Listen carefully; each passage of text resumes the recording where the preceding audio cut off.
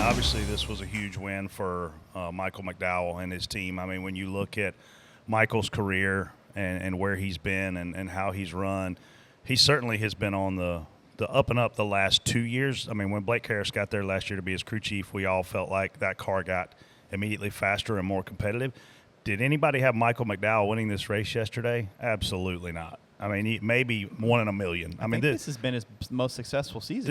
Absolutely. But this isn't a guy that you go, he's going to go out and win this weekend. He's a contender. Well, why wouldn't you say that? Well, because he's never won a race other than one race. And that's when two teammates took themselves out. He inherited the lead, won the Daytona 500. TJ, you remember that? Yeah, sorry. I think you were one of the ones that got taken out. But no, I mean, look, the way this thing played out, it was a pure race. We didn't have a lot of BS cautions, a lot of BS stuff go on that can change the outcome of the race.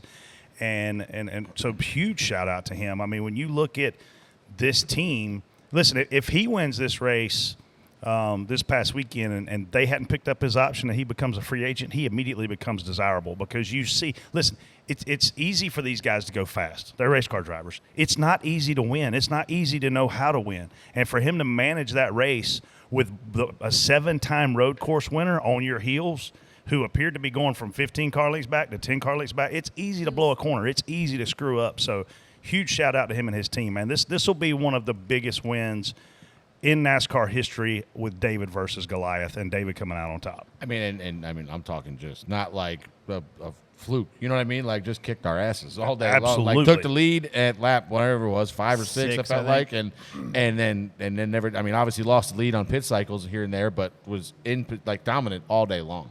As far as the stage breaks, listen, we've asked for it on this show for years, and I think that this is it the most exciting form of television? Probably not. But that's I don't want manufactured races. Like I want the race to play out naturally, and that's what happened yesterday.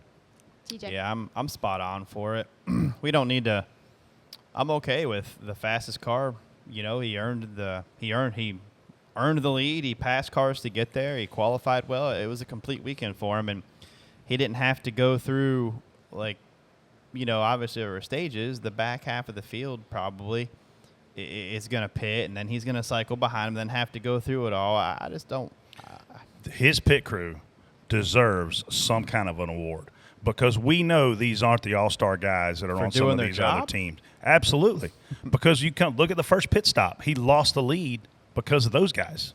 And I was like, man, it's going to be hard for him to win with his pit crew doing this all day. If that's a yellow flag stop, you don't just lose one spot, you lose 10, right? And I was like, man, I don't know if these guys can do this. I don't know if they can compete. And sure as hell, everybody from that point on, the crew chief executed the strategy, Michael executed in the cockpit, and obviously those guys executed on pit road. And shout out to the crew chief, Travis Peterson, who, I mean, I remember when he was an intern, and he moved to North Carolina so his dad could be in motorsports, and now I think this was his first crew chief job, and that's has awesome. a win at Indy. I don't know him at all. That's awesome. Shout out to Travis for coming to my birthday party last night. Oh, did he? Yeah. Oh, good. He was on. Well, I'm sure his wife was thrilled. He's pretty much due any day now, I think so. He was at Hendrick when I was there on our car. Yeah, it was hard to miss on the broadcast, but coming to the checker, you saw the 10 car stalled or stopped on pit road, I think for like a lap or two.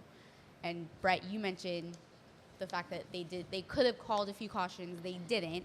We talk about on the show consistency. I mean, what do you guys think now? Like, should they have thrown the caution for that, or if we're trying to be consistent because they throw it in the past? I think he ran out on the last lap, didn't he? Yeah, he ran on our last lap. Yeah, the white flag was probably already out. Yeah. I didn't never saw it. He must have ran out somewhere over in the other side of the track, but. I didn't have any. The only time that you could have possibly got a caution, there was a couple things. There was debris in turn 1 for about 25 laps or so that somebody finally hit it and knocked it out of the way. I don't know what it was. It could have been a piece of rubber or something. I'm sure they saw it because we were calling it in because we needed a caution at the time. And then AJ. When AJ spun, he kind of sat there for a little while and then took off. He was stuck, and he couldn't get going. Yeah. He couldn't get the car fired, and it was a wow. Yeah. Yeah. But they know when you're way out of the way like that, and they know these cars, you have to cycle the ECU, whatever it is, and they even came on the radio one time when one guy stopped and said, hey, he's just cycling, and he'll be taking off in a second. And he took back off. I think they called it great. I got to give AJ If you were credit. sitting there as long as AJ were, you would have had a heart attack. you would have a completely different perspective. I'd have wanted a caution, but I mean only because I wanted to catch back up. It was a long time. Yeah, I mean, don't wreck. He got wrecked. And then I heard him say he was going to wreck the 12. And guess what didn't apparently happen? there was something going on before that, though. I don't know the story behind it, but apparently He still got wrecked. I'm not saying he didn't. I gave him credit for driving through that gravel trap all the way to that access road. Did you? I didn't see that. That was pretty impressive. When he come back on, he was going faster than the cars were that out of turn 4. He had more speed than they did. He blended near somebody, and he was flying. What was tire fall off like yesterday? Because I didn't have a monitor in front of me. It was about a second over a fuel run. Wow, so not much at all. No, not a lot. A little bit, but and that helps those new guys. That helps all those guys that have never done this before. Which I thought was interesting. You know, I listened to SVG on Dale's show last week, and he was talking about like wanting to get out of the supercar racing right now because they've gone to a deal where it's similar to us. Like they have a car, all the same, all the identical parts, everything. He said the setup window is actually narrower over there. And he said the problem is that they can't keep tires on the car.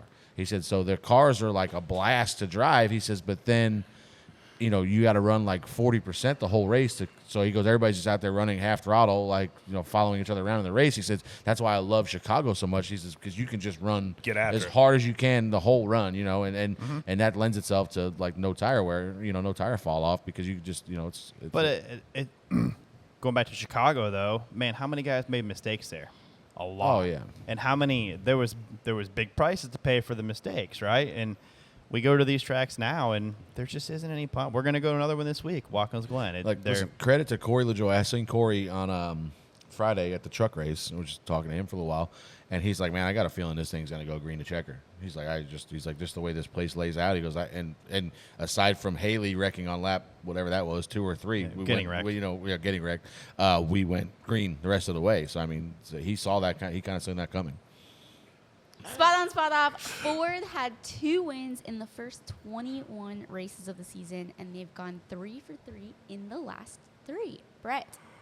I mean, good for Ford, right? I mean, you got guys winning that I didn't necessarily see winning. I mean, we talked about it takes a hot minute to figure out how to win. I mean, Chris Buescher had 1 win in the Cup Series, and it was a fuel mileage win. It wasn't a legit butt whooping, and then here you have him, boom, he goes out here, wins back-to-back races. So if you had Chris Buescher winning back-to-back races and Michael McDowell had it winning a race this year, I don't think anybody was there for that. So spot on for them. Obviously, they need more speed in a lot of their cars. I mean, you look at some of the Penske cars are struggling every week. The 21 and 2 are just flat out slow.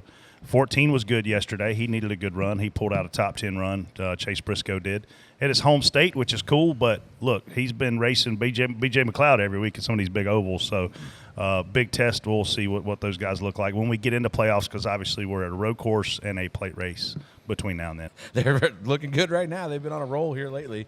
But the same thing I said last week, they have to show me this at the 1.5 miles that are going to make up majority of the playoffs because I think that's the only place I've noticed they struggle at. The short tracks, road courses obviously lends itself to driver. You know, McDowell's a phenomenal road racer. So, you know, that. What do you consider Michigan? It's not a 1.5 miles. I mean, I consider it a 2-mile super speedway, just like you guys run good at Daytona. But you got to lift. I mean, not much. Everyone was lifting, but pretty much the 19. Most of our guys were saying don't lift all the way out of the throttle. That was our deal all day long.